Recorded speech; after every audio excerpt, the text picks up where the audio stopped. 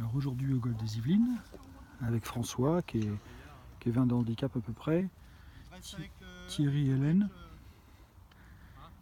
Donc Thierry c'est un joueur qui fait partie des 60 000 golfeurs qui arrêtent par an. Donc c'est quelqu'un qui a commencé le golf il y a 4 ans puis qui s'est arrêté et qui a entendu parler de ma méthode, donc il recommence. Bon, par contre il était faire du practice hier, comme il savait qu'il joue aujourd'hui. Il était taper des balles hier, donc je suis obligé de le calmer parce qu'il a forcé au practice sans s'en rendre compte. Vas-y Thierry, tu peux jouer en même temps que lui. Hein. Et donc on lui refait faire les petits mouvements pour comprendre. T'as pas besoin, non. Et donc on lui refait les petits mouvements pour rebalancer, au lieu de taper.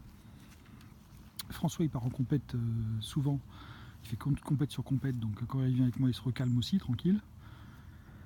On reconstruit, et donc bien lui les objectifs de l'envoi qui force, il rate. Même avec un fer neuf déjà, donc là on va le recalmer tranquille.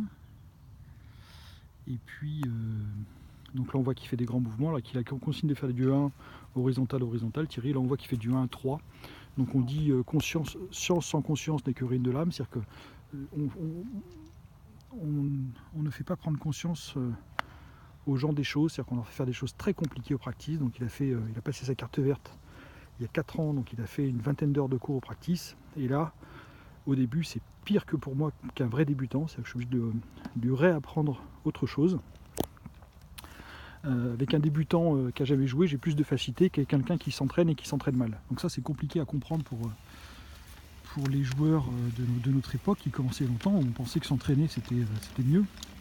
Et en fait maintenant on s'aperçoit qu'il faut être plus dans la qualité que dans la quantité. Et à la limite il vaut mieux rien faire que mal faire, quoi. Donc au début je déconseille aux gens de taper les balles au practice parce qu'ils n'ont pas conscience des choses. On voit des chevreuils là. C'est sympa, golf des Yvelines, on joue au milieu des chevreuils.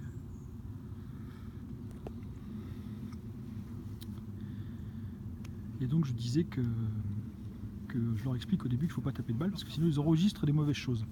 Donc en fait moi je fais le contraire, je commence sur le parcours par des choses simples, et plus le joueur progresse, plus je vais le ramener à l'entraînement, mais il a pris conscience des choses, il sait ce qu'il faut faire, il va s'entraîner précisément sur des thèmes précis.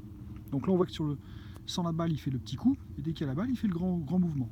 Donc c'est pour ça que c'est très important d'emmener les gens directement en situation, parce qu'il y a tout l'aspect mental, le détachement par rapport à la cible, désarmer le golfeur. Donc c'est de comprendre que moins tu luttes, mieux c'est. Dès que tu es dans la lutte, tu forces.